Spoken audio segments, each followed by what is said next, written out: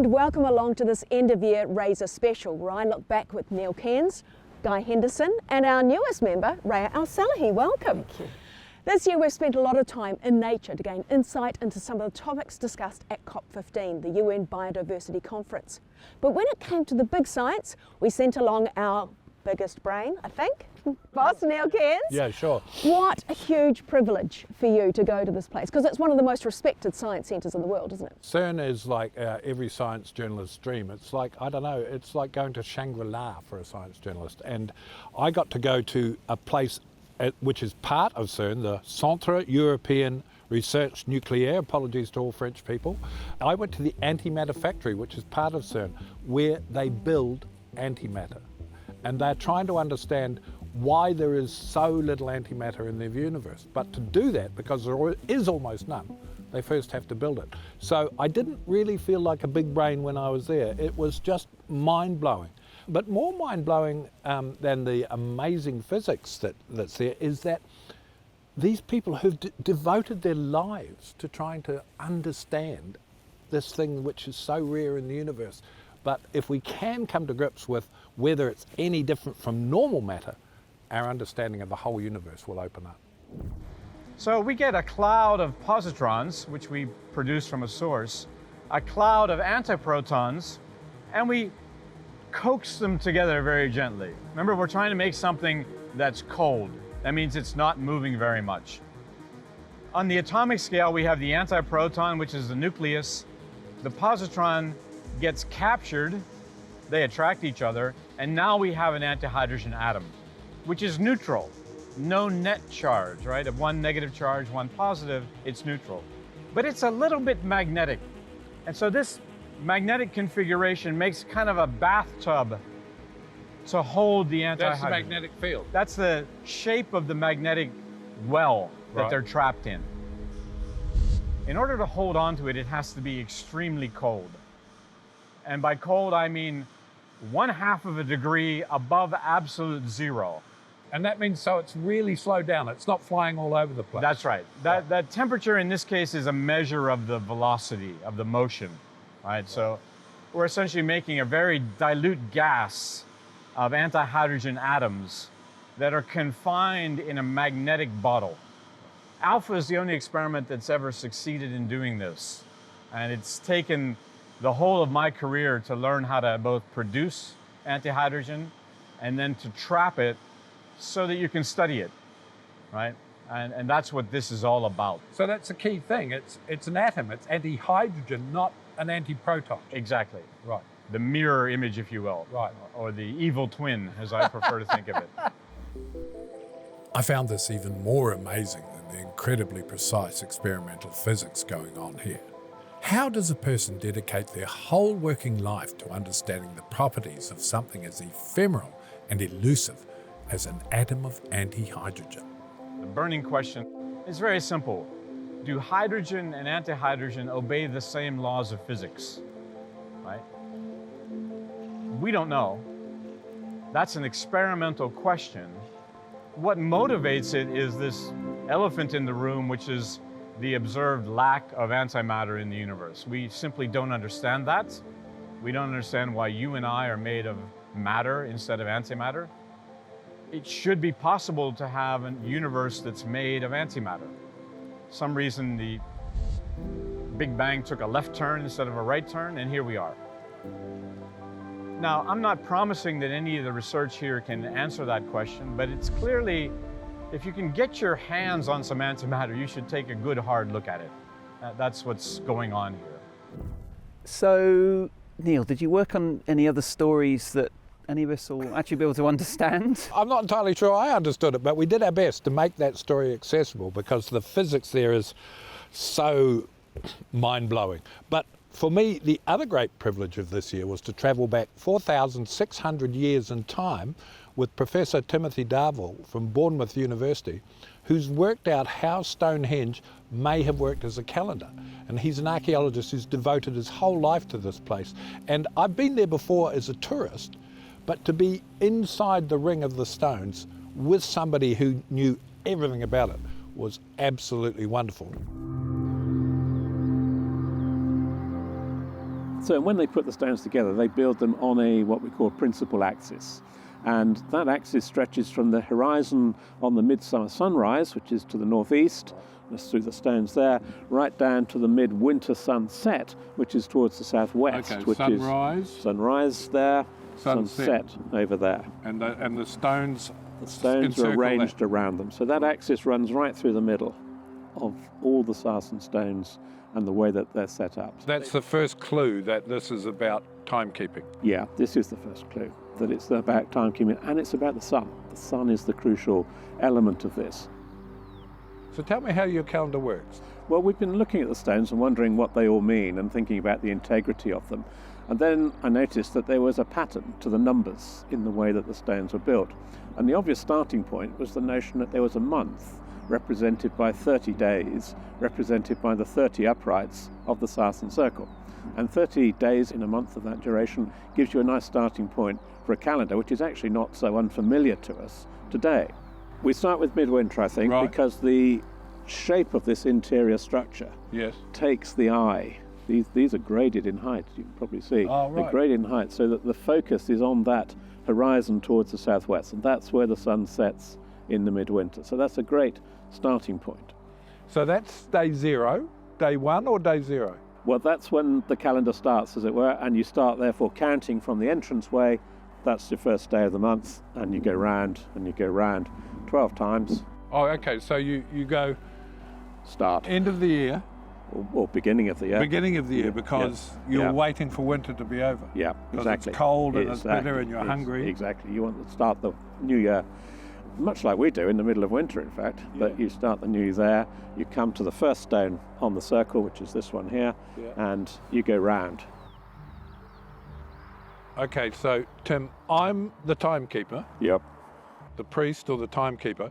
So I've seen midwinter and I've seen the sun start to move, and I take my marker And you put it right down there. and I go day 1. Day 1. That's day 1 stone. Day 1, month 1. Day 1, month 1. Pick Then it up and I go Here we are.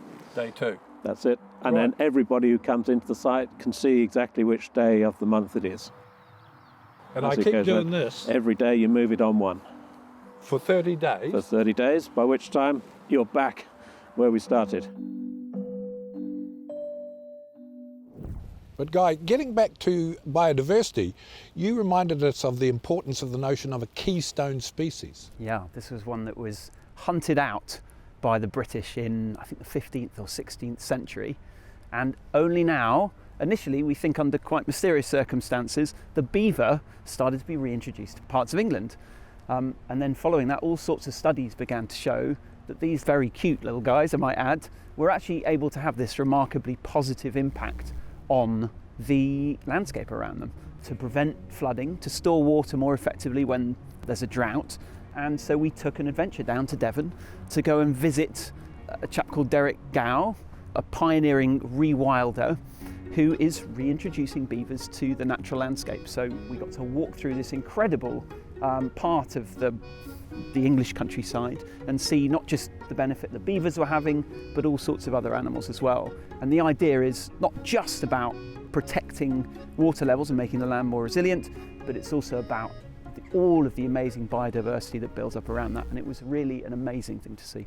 And that's what a keystone species is. You save that, you save the whole ecosystem, right? Well, that's one of the things that Derek mentions in the film as well, is that there are very few animals on Earth that once they are introduced, certainly mammals, have such a huge impact on the land. And as soon as they have that impact, the knock-on and the ripple effect to all of these other aspects of the natural world is really quite dramatic. The beavers have created a permanent water body. And this is one that's visible. So where there would have been no water before, there's water all the time. When the dams are new and fresh and made from sticks and rocks, they're very visible and very obvious.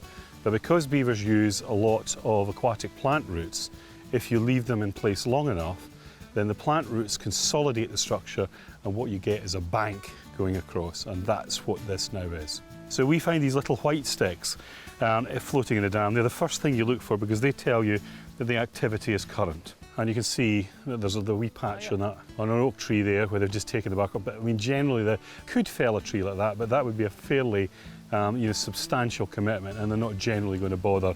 It's principally willow, aspen, alders, and you can see here that what they've done is when it gets to any substantial size is they go around it, taking out chips.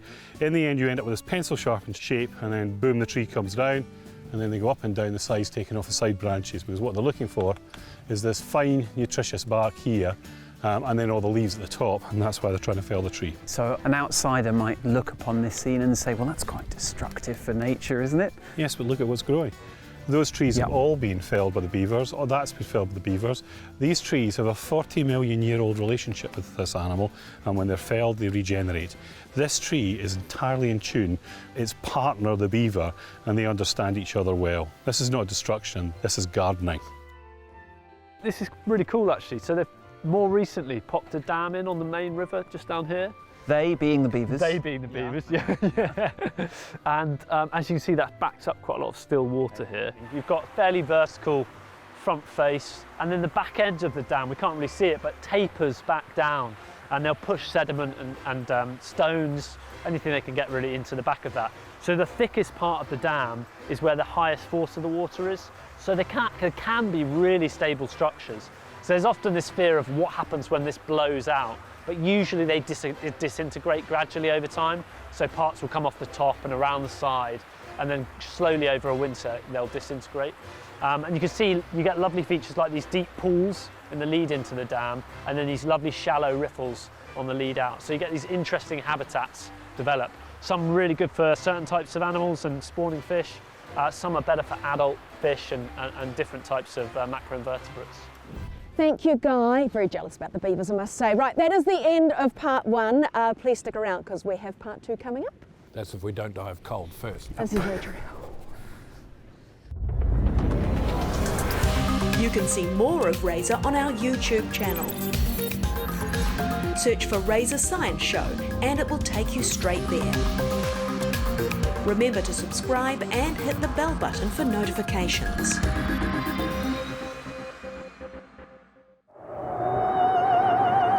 Life moves pretty fast. Ideas move at the speed of sound. Technology moves at the speed of light. If you don't filter out the noise, you might miss the details. We pay attention to the details because they matter, showing you a different perspective. See the difference.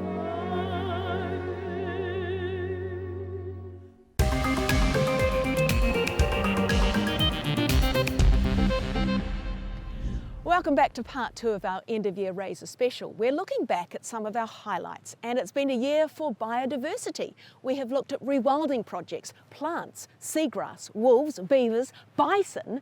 Have you been keeping up with all this? I know we haven't actually seen you on screen yet, but I know you've been a girly swat about this, and you've been watching everything that we've done. Have indeed been watching religiously, and actually, Guy, I've seen you go to the complete opposite end of the spectrum too. Yeah. Micro biodiversity, which apparently has been plummeting in recent years. Obviously, every story I work on with Razor I enjoy and love deeply, but this was one that really stuck with me.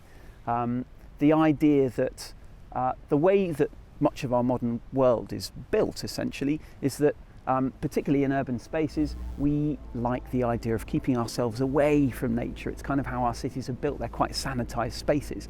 And I went to a part of East London to chat with a duo of quirky scientists, architects, biologists, who explained to me that, in fact, all of that can be very damaging to our health. And so what they're trying to do is reintroduce healthier microbial diversity in our urban spaces. And their argument is that that will make us all a lot healthier in the long run.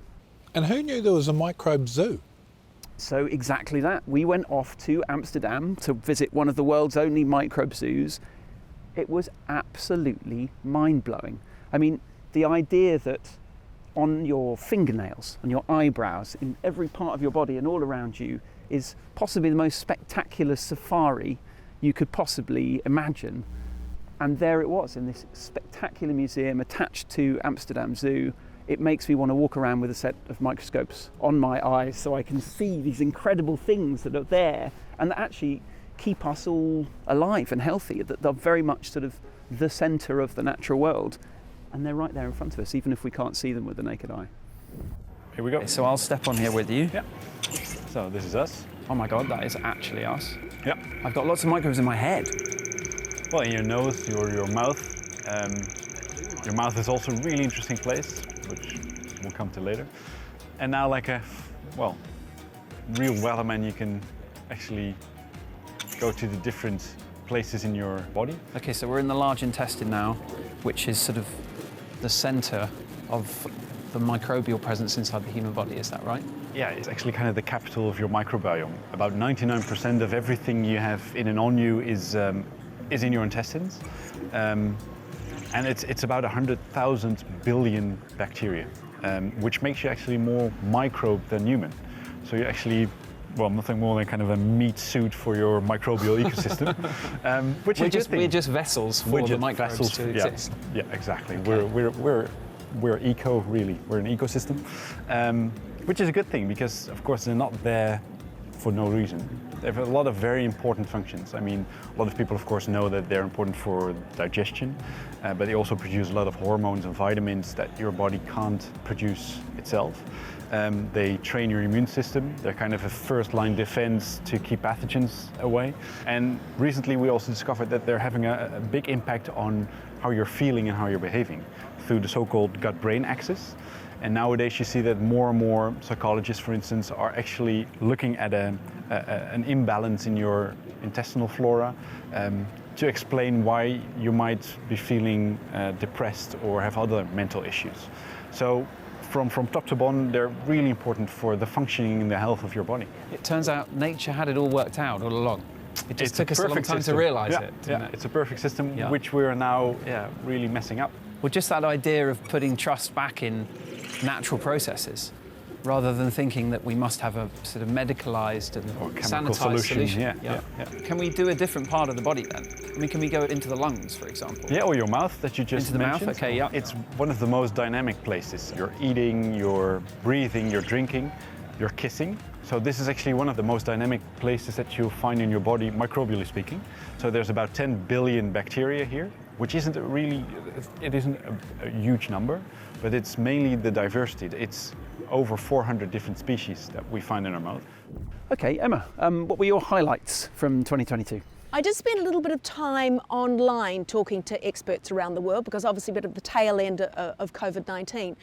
And one of them was this incredible professor down in Melbourne in Australia. And he is looking to bring back the Tasmanian tiger, basically from the dead, because it's extinct. And this is de-extinction science. And so Professor Andrew Pask, he is an expert on marsupials and he's looking to sort of bring back, also called the thylacine. And it's a bit trippy really, because if you think, well, hang on, how are you going to do this? But you know, the science has changed, it's developed. And so they're able to sort of basically rebuild the DNA, and we're talking like scraps of DNA, because a lot of the thylacine, they're all sort of bits and pieces from museums and things. So they're trying to have to build the DNA back up. But it's also looking at, I think this was the most important thing in many ways for me, is like what happens when you put an animal back in? Because this died out in 1936. The last one was died in Hobart Zoo. So what happens when you bring this animal back into the environment? And he's saying, well, hang on, this was man-made. You know, it was hunted to extinction. And it's actually a vital part of the environment. And so if we put it back in, it will actually help the environment again.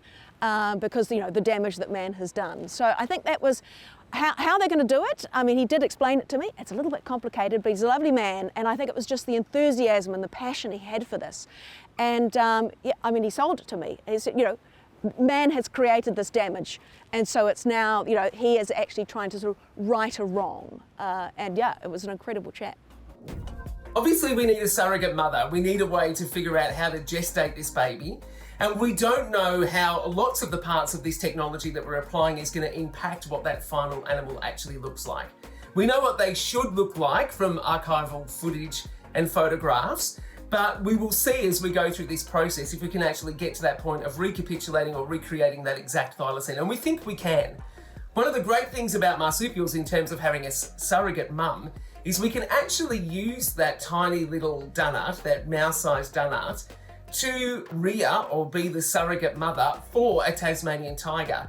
And that's because marsupials give birth to tiny, tiny little babies. So even a really small marsupial can give birth to one that's going to grow quite large. In fact, this group of marsupials to which the Tasmanian tiger belonged and the dunnart, their babies on the day of birth are about the size of a grain of rice. They're about that big, and not even your big basmati grain of rice. We're talking like an arborio grain of rice. Those little short grain rice is about the size of their babies on the day of birth. So even that tiny little marsupial can give birth to a Tasmanian tiger. And then you can rear it, because once it's born, they just drink milk from the mother's teat, just like other mammals do. So it's possible to hand rear them even from a very early stage of development. Now, how that's going to impact the animal's behaviour when they grow up, they should reach their full normal size as we can hand rear them, and we know that we can do this with other marsupials. We can take them out of the pouch very early, we can hand rear them on milk and it doesn't have any impact on them. But in terms of their behaviour and the way that they interact, they're not going to be raised by another Tasmanian tiger. But most of the behaviours are pre-programmed in animals' brains, particularly things like being an apex predator and hunting behaviour. These are behaviours that are really hardwired, so we think all of that should be fine. And there are also behaviours that you can also train animals if they lack those abilities. So, we can hand rear orphaned animals all the time, wolves and other sorts of apex predators, and they will inherently take on those normal behaviours, and if not, you can actually train them to have it.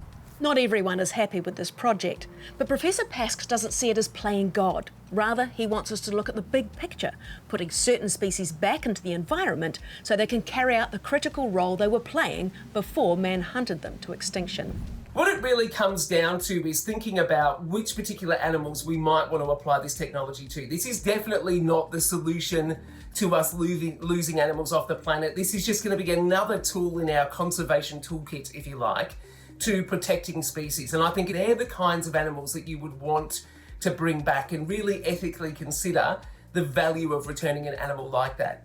Because the Tasmanian tiger is the only apex predator we have in Australia. We don't have any other apex predators. It was the only one that we had. It played an absolutely critical role in the ecosystem, and it really stabilises the health of all the animal populations that sit beneath it in that food chain.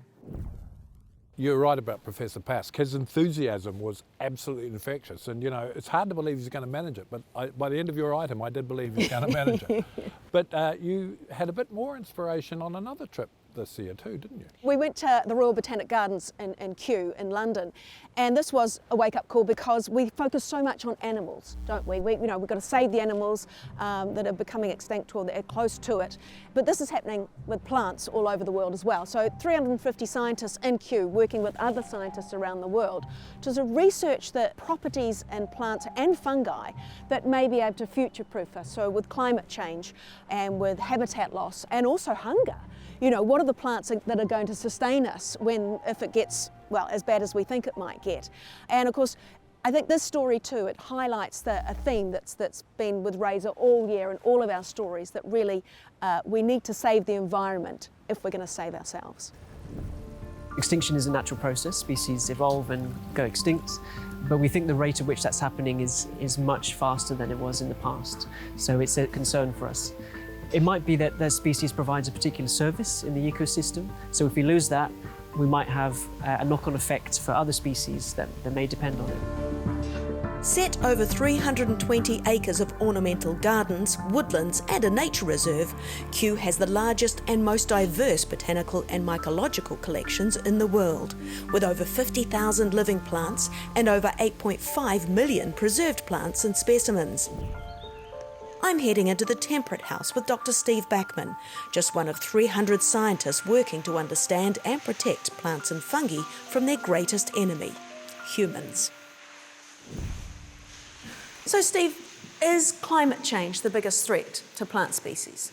Well, it's certainly a big issue, a big global issue, and in some people's minds, the public is certainly aware of climate change as a threat. But from the species that we've actually assessed for the IUCN Red List, which tells us which species are close to extinction, The actual dominant threat is still land cover change, so the conversion of natural habitat into agriculture and pasture land. So that's reducing the range of species, and as they get smaller, their risk of extinction increases. The true impact is hard to estimate, even with modelling, because so many plants are yet to be studied in detail. More resources are needed to gather the data to assess the risk. Although for well-known species, scientists estimate 80% of the range could be lost. We're so focused on saving animals like pandas and tigers, but are plants just as much under threat? Yes, when we first did an estimate of how at risk plant species were as an entire group, we found out that surprisingly they were almost as threatened as mammals, which have been comprehensively assessed. The problem is we haven't actually fully assessed every species of plant yet, because there's at least 350,000 different species that we need to get through compared to 5,500 mammals, for example. So it's a different scale that we have to deal with. So at Kew, what we do in our team here, we're working on techniques to speed up that process. And for the species that we don't know what the extinction risk is, we can actually do some modelling and some predictions. So that's the work that we're working on at the moment, to try and put an assessment on each individual plant species in the world. Ray, you've been sitting here very patiently listening to our highlights. We haven't seen you on screen yet. We will early in the new year though, won't we? And your story is another biodiversity adventure, as we're now calling them. Well, I'm really excited to share the adventure I've been on with you to one of the most remote places in Europe, to see how a programme bringing the Iberian lynx back from the brink of extinction back in the early 2000s to a point where they are now well on their way to thriving. The really exciting thing about this was for me getting the chance to meet the people who have made this happen, who have made it such a success. So I met with the head of the lynx programme at WWF. This is Ramon Perez de Ayala, and he is so passionate about this. It's been his life's work. That view is just breathtaking. Yeah. When you first arrived here, the lynx population was really struggling, and that's been turned around. Tell me about this project that you've been working on and the work you've been doing to make the lynx population here thrive. At the beginning, we only found two remaining populations, one in Doñana with 30 lynxes, and this one, Andújar, with 70. Right now we have 8 populations and 1,365 lynxes. You've been working here for many years. How has the project changed in the decades since you started it? In this hunting state there was no lynx at all, and right now we have 2 breeding females. That's between 8 and 10 lynxes every year, depending on the size of the cubs. That must be really exciting for you to have seen such a huge shift. Yeah, it's very emotional when you see a lynx that you have recovered. Are you quite confident that the future looks bright for this species? Yeah, if they told us 20 years ago that we will be here, we will trust that. It's clearly a really emotional question. Yeah. Why? It has been my entire life working on that, and hopefully I will retire with lynx safe. It's very fascinating to see that it's such an emotive issue for you, that this is more than just work, this is your life. Yeah, hopefully it will be my entire working life, and saving a species from almost extinguished to recovery. That's it for this Razor End of Year special. Thank you for joining us. It's been a fantastic year full of inspirational science stories and scientists. We will be back again next year and we hope you can join us. Thanks so much. Take care.